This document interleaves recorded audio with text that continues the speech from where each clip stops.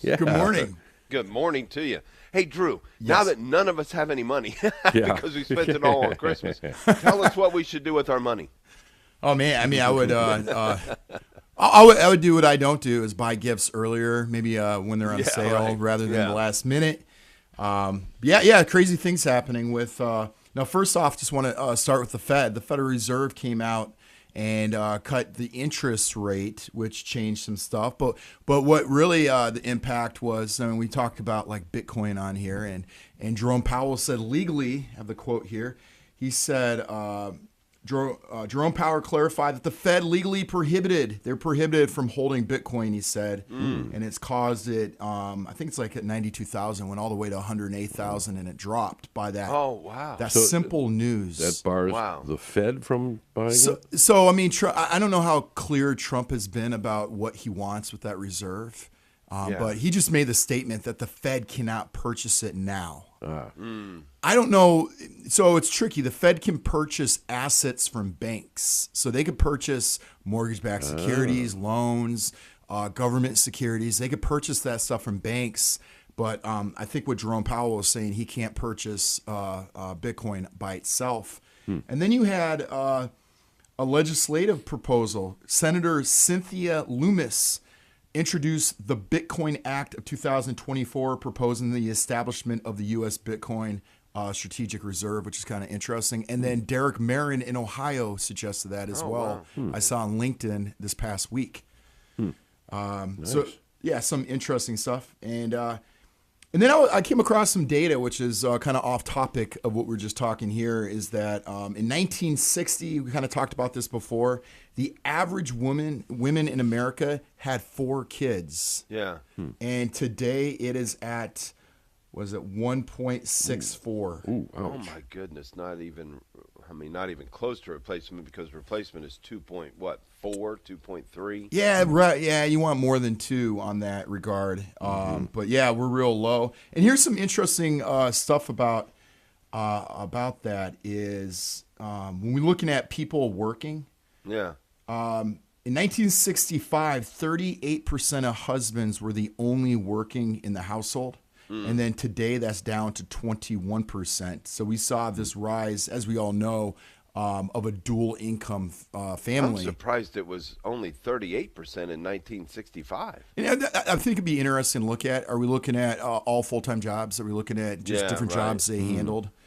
Jobs at home and that kind of thing. Careers. Yeah, and then in 1964, 69% of all employees were men and 31% were women. Wow. And then as of 2019, it's now 50% women in the workforce and then 49.96% of men. Oh, wow. And here's an Let's be interesting. clear. We're glad that the opportunity is there, but it shouldn't be a forced thing. And now our economy forces it. That's the unfortunate side. Yeah, and there's 2 interesting things that are happening in that time period. Is number one, there's a lot of this feminist aspect, and here's a quote from the 1980s from I don't have her name here, but it's a feminist who wrote a book about it. She said, "Women as well as men can only find their identity in work that uses their full capacities.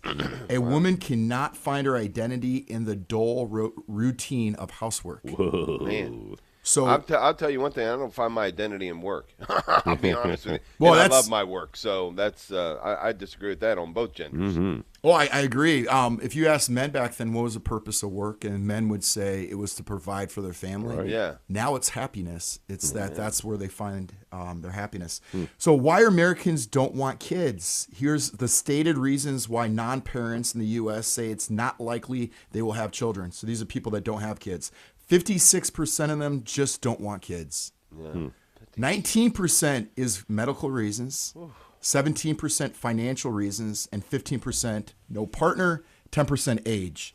Wow. And the second note I want to bring up here is that in 1971, this is when it all changed, right around that time period, is when the U.S. government got off the gold standard, which if you look at the CPI, inflation skyrocketed because there's nothing that is anchoring our dollar to anything. Therefore, the government could tax us through inflation after that, which causes uncertainty. And then you have to have more, since prices are going up, you have to have both parents working.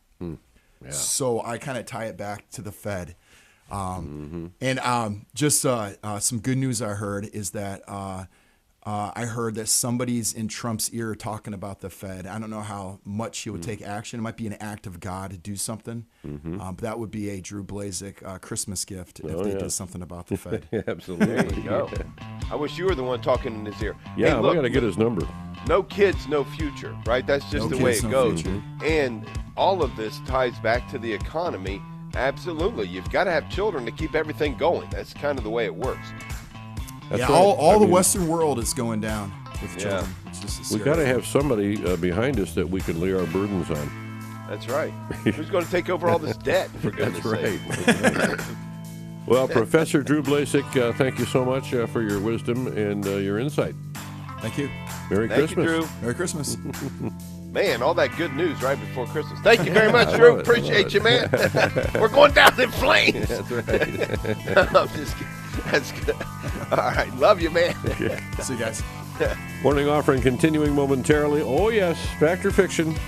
Dave's going to spring it on us in just a few minutes.